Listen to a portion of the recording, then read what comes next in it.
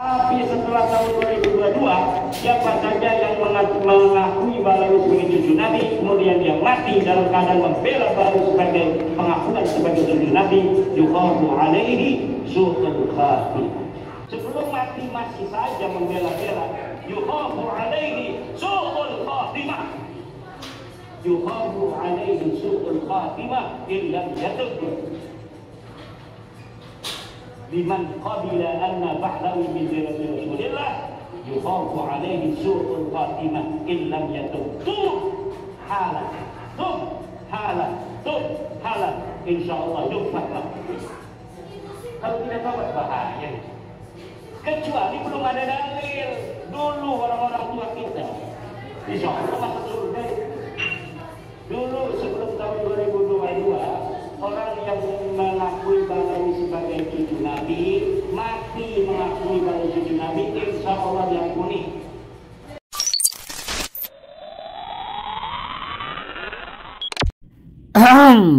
Duh bang, duh Kiai Imad, kok gitu banget ya? Kenapa sih nakut-nakuti orang? Su'ul khotimah segala, udah kayak sendirinya pasti nggak su'ul khotimah. Orang yang pantas menakut-nakuti begitu ya Rasulullah, Kaimat, ketika Rasulullah mengajarkan doa, ya muqallibal qulub tsabbit qalbi ala dinik. Lalu Anas bertanya, ya Nabi Allah, amanna bika wa bima ji'ta bihi, fahal takhafu alaina. Wahai Rasul, kami ini sudah beriman kepadamu, kami sudah beriman kepada apa yang engkau bawa. Apakah engkau masih khawatir kepada kami? Apa jawaban Rasul Kaimat? Naam, iya, saya masih khawatir karena hati orang itu sangat mudah Allah rubah. Maksudnya itu sepanjang hidupnya Islam, matinya tidak Islam, wal iyadu billah. Nggak perlu nakut-nakuti orang begitu. Takutlah untuk diri sendiri, Kaimat ya. Takut untuk diri sendiri itu sudah cukup.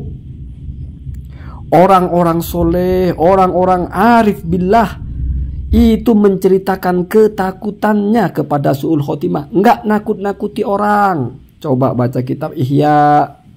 Bahkan Al-Ghazali memberikan closing yang indah sekali. Orang-orang dengan puncak ketakwaan, puncak kesalihan masih takut su'ul khotimah. Apalagi orang-orang yang lemah, Kaimat masuk ke mana? Masuk ke yang puncak enggak kayaknya. Enggak ya, enggak jauh-jauh masuk ke arifin, masuk kepada mutabahir fil ilmi. Enggak, belum jauh. Jadi kayak sendirinya enggak takut terus nakut-nakuti orang. Ini udah enggak bicara sabah alawi, udah orang yang otaknya lengkap saja itu udah nggak masuk kalau ini dibawa kepada pembicaraan nasab alawi. Mana ada orang bicara nasab tiba-tiba begitu fatwanya. Ulama itu membatalkan nasab, nggak gitu juga fatwanya ini. Aduh, ngeri sekali ya. Sufyan Ats-Tsauri itu ketika mau meninggal menangis. Ditanya atau dinasihati oleh pengikutnya, ya Sufyan Ats-Tsauri, Allah itu maha pemaaf, jangan takut, dosa-dosamu akan diampuni, Allah maha pemaaf. Apa kata Sufyan Ats-Tsauri? Saya nggak perlu pakai bahasa Arab lah ya, itu sudah bertebaran di mana-mana ya. Jawaban Sufyan Ats-Tsauri enteng saja. Seandainya pun saya mati membawa dosa segunung, kalau saya mati membawa tauhid, saya nggak takut. Artinya apa? Di tengah kedahsyatan menjelang kematian, yang ditakuti itu bukan masalah dosa nggak diampuni, tapi takut tidak mati membawa iman. Bukan berarti tidak takut dosa, Kaimat. Bukan begitu memahaminya. Bukan meremehkan dosa, bukan. Saking takutnya kepada su'ul khotimah, sampai ketakutannya kepada dosa jadi hilang. Saya kasih contoh sederhana, pelan-pelan ngomong sama orang seperti ini ya.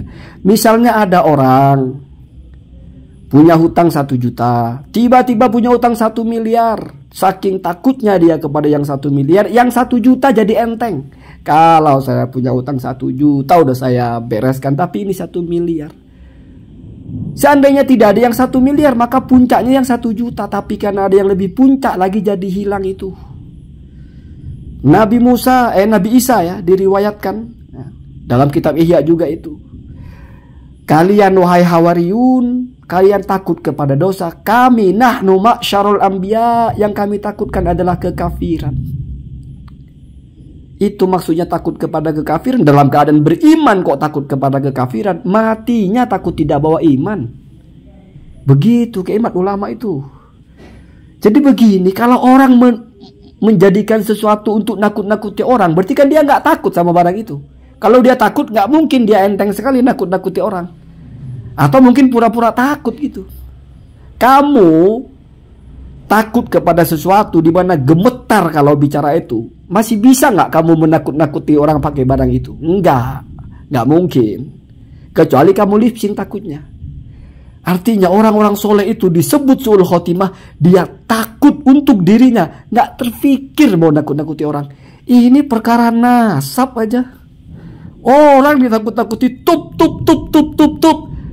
anta ya keimat. Itu kan juga cocok. Memang apa jaminannya gitu loh. Apalagi sebelum tahun 2022. Ya Allah ya Karim, itu mah lebih kepada lucu. 2017 situs yang ditulis keimat itu, yang di Kompas itu sudah ada. Kok bisa 2022 baru ketemu dalilnya? Ini apa-apaan sih? Sarhul Mubarakah kan itu dalilnya, itu dicetak bukan tahun 2022 keimat. Aduh.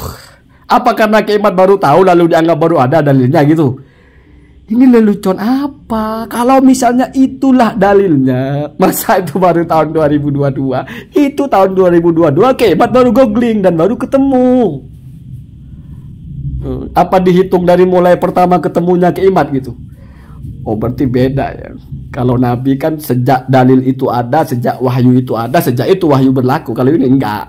Dalilnya sudah ada, cuma belum ketemu oleh keimat. Jadi belum disebut dalil.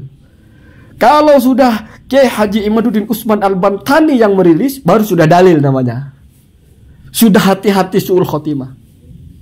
Kita doakan lah ya. Semoga keimat itu tidak su'ul khotimah.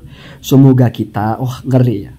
Ngeri kalau bicara su'ul khotimah. Saking dahsyatnya su'ul khotimah itu sampai dosa itu jadi nggak ditakuti. Tapi kita memahaminya bukan berarti Sufyan Ats-Tsauri itu celaka, nggak takut dosa, meremehkan dosa. Bukan Pak. Saking ada yang lebih dahsyat lagi, jadi hilang itu. Ya sama dengan kamu takut sama sesuatu. Kalau ada yang lebih besar kan ketakutan kepada yang pertama jadi hilang Pak. Sampai-sampai kamu berkata kalau itu saya berani, tapi kalau ini saya takut. Itu dahsyatnya su'ul khotimah. Ini malah dibuat nakut-nakutin orang. Kalau Rasulullah baru iya layak, karena sudah pasti tidak mungkin su'ul khotimah, sudah mansus. Ini orang Banten, kiainya pun ya begitu, pede sekali nakut-nakutin orang. Takutlah untuk diri sendiri, itu lebih baik ya. Itu jauh lebih selamat. Aslam itu lebih selamat ya, dan lebih tidak menggelikan. Jadi kenapa sih harus nakut-nakutin orang begitu? Nakut-nakuti yang lain aja deh. Ya ketabrak sepur, atau susah nengok, salah bantal gitu-gitu aja. Kenapa harus yang paling dahsyat gitu? Biar laku tesisnya gitu, biar orang percaya gitu. Ya Allah ya Karim, nggak perlu ditakut-takuti keimat orang itu. Waras orang-orang itu, nggak perlu ditakut-takuti begitu. Nggak perlu. Malah jadi lelucon itu kalau begitu. Nggak perlu. Cukup hujahnya rasional, cukup hujahnya memang benar-benar gitu, bukan buatan sendiri ditempel-tempelkan ke orang, dipaksain. Ya lelucon tetap lelucon, mau disembur-semburkan bagaimana juga ya. Jadi saran saya, carilah untuk nakuti anak-anak itu nggak usah begitu ya. Nakut-nakuti nanti kamu digigit nyamuk kalau nggak tidur gitu aja lah ya. Ayo tidur kalau nggak tidur digigit nyamuk, udah gitu aja. Nggak usah terlalu ke su'ul khotimah apaan sih? Lebay ya, lebay. Begini mau berdebat dengan ulama internasional. Aduh Pak Kiai maksudnya. Allahumma dina hadasabil